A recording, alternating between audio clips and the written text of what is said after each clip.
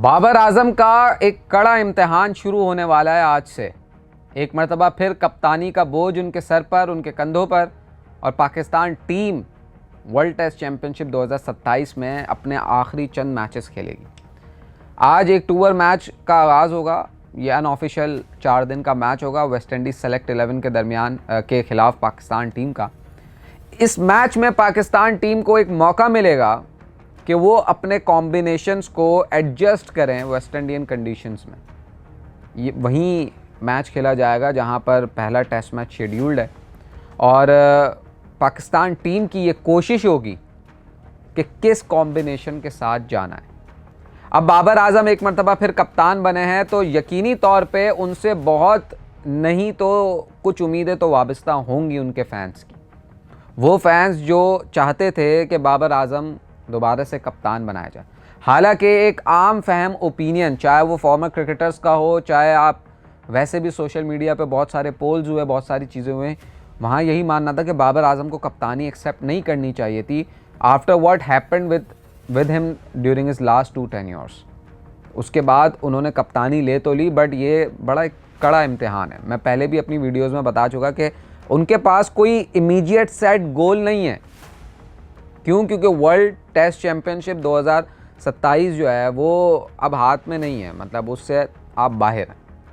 तो वो जो एक अल्टीमेट गोल होता है ना किसी भी कप्तान का कि यार मैंने इस टूर्नामेंट का फाइनल खेलना है, वो वाला गोल उनके पास नहीं है, क्योंकि उसमें ऑलरेडी आप बाहर हो चुके हैं। एक गोल उनके पास ज़रूर मौजूद है, वो है इस टीम में यंग प्लेयर्स को डेवलप करना। अगर आप इस टीम में कोर ग्रुप के अलावा जो प्लेयर्स देखें तो वो काफ़ी यंग हैं। अब्दुल्ला फजल की बात की जाए, या अजान अवैस की बात की जाए, या नीचे उबैद शाह की बात की जाए, या फिर आप आमिर जमाल की बात कर लें। वो यंग तो नहीं, बट उनको भी चांसेस उस तरीके से नहीं मिले। तो ये वो प्लेयर्स हैं जो यकीनी तौर पे बाबर आजम के उस गोल का पार्ट होंगे, जो उनके जहन में होगा कि यार मैंने अगले टेस्ट चैम्पियनशिप साइकिल के लिए इन प्लेयर्स को लेकर चलना है।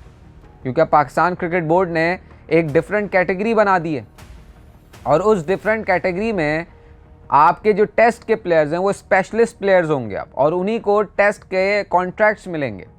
तो ये आइडियल सिचुएशन है कि आप आइडेंटिफाई करें उन प्लेयर्स को जिन पर आप टेस्ट क्रिकेट के लिए इन्वेस्ट कर सकते हैं। ये एक गोल नज़र आता है बाबर आजम एंड कंपनी का इस सीरीज़ के लिए, जो कि वेस्ट इंडीज़ के अगेंस्ट 2 मैचेस हैं इस टूर मैच को हटाकर, और उसके बाद इंग्लैंड के अगेंस्ट आपके 3 टेस्ट मैचेस हैं। तो ये 5 टेस्ट मैचेस, जिसके हवाले से ऑलरेडी आकिब जावेद तो ये कह चुके हैं कि इसमें से अगर हम एक भी जीत जाएं तो बहुत है। ठीक है, तो हम एक भी जीत जाएं तो बहुत है। तो प्लेयर्स के ऊपर इतना प्रेशर नज़र नहीं आता। तो कोशिश यही होगी कि यंग कॉम्बिनेशंस को देखते हुए इस चीज़ का अंदाज़ा लगाया जाए कि कौन से वो प्लेयर्स हैं जिन पर आप इन्वेस्ट कर सकते हैं अगली टेस्ट चैम्पियनशिप साइकिल के लिए। तो बाबर आजम का अल्टीमेट गोल यही नज़र आता है, और आज से उस कड़े इम्तिहान का आगाज़ होगा। क्योंकि देखें, एक मरतबा फिर जो क्रिटिसिज्म की तोपों का रुख होगा वो बाबर आजम की तरफ होगा, क्योंकि वो कप्तान है। और आपको बताता चलूँ कि उनकी लास्ट सेंचुरी आज से 2-3 साल पहले थी टेस्ट क्रिकेट में।